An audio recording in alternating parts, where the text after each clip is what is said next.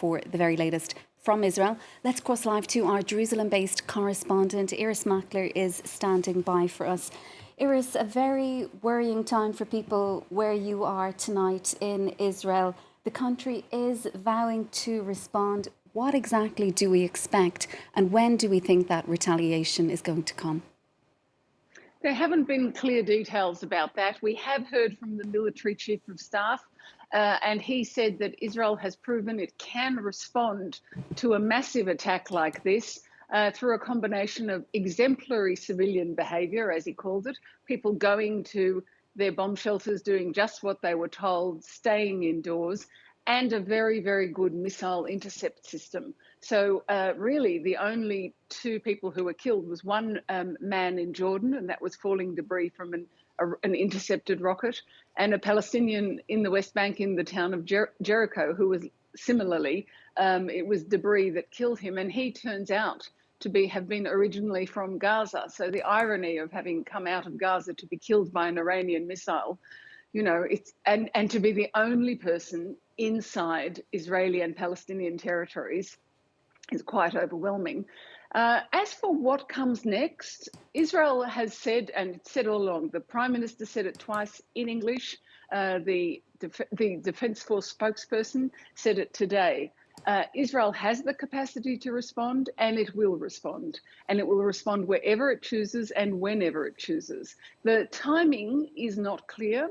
You know, it depends what kind of response Israel wants or at this moment can afford. You know, Israel's fighting on two fronts. It hasn't closed that battle in Gaza, even though it has wound down. That is still open.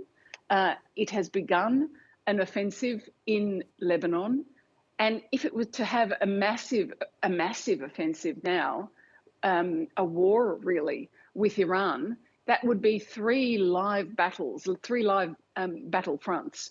So perhaps it should wrap up the other two if it's going to take on Iran, or perhaps it should take on Iran and wrap up the other two.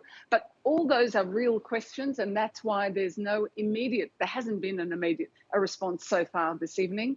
There may not be one later tonight, and if there is, it might not be a massive response in retaliation because of those considerations. There are people, I have to say one more thing, Sharon, there are people here saying, and I have heard a number of military people putting this point of view, that that now would be the time to attack Iran's nuclear bases. It has given Israel the excuse, and the two parties who might have attacked Israel in retaliation, Hamas and Hezbollah, have been weakened over this past year. So that's also a possibility, but I would say less likely at the moment. And Irris, we saw earlier people scrambling to get to bomb shelters. Are they anticipating further attacks? How are people feeling? We just had another statement in from the Iranian Foreign Ministry saying that Tehran will not hesitate in taking further defensive measures to defend its legal interests and territorial integrity. So how are people feeling there this evening?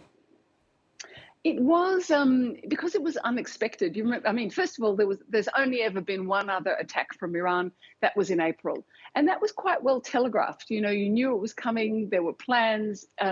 Iran threatened. This time, it wasn't like that. There was American intelligence that Iran was planning this at about 4:30 in the afternoon. Israel said it couldn't detect any activity or air activity on behalf of Iran, and then within 3 hours of the original warning, the attack came. So it was frightening. It was not expected. People here are worried. It is also the Jewish New Year tomorrow. So there were meant to be all these prayers, very large prayers attended by many hundreds, if not thousands of people in Jerusalem. Those have all been cancelled. Israel's Prime Minister has told the public it's a time of big events, but it's also a time of big challenges. And people are seeing the new year in, or will see the new year in tomorrow. But there have been all the preparations for the new year with this terrible and fear-inducing event.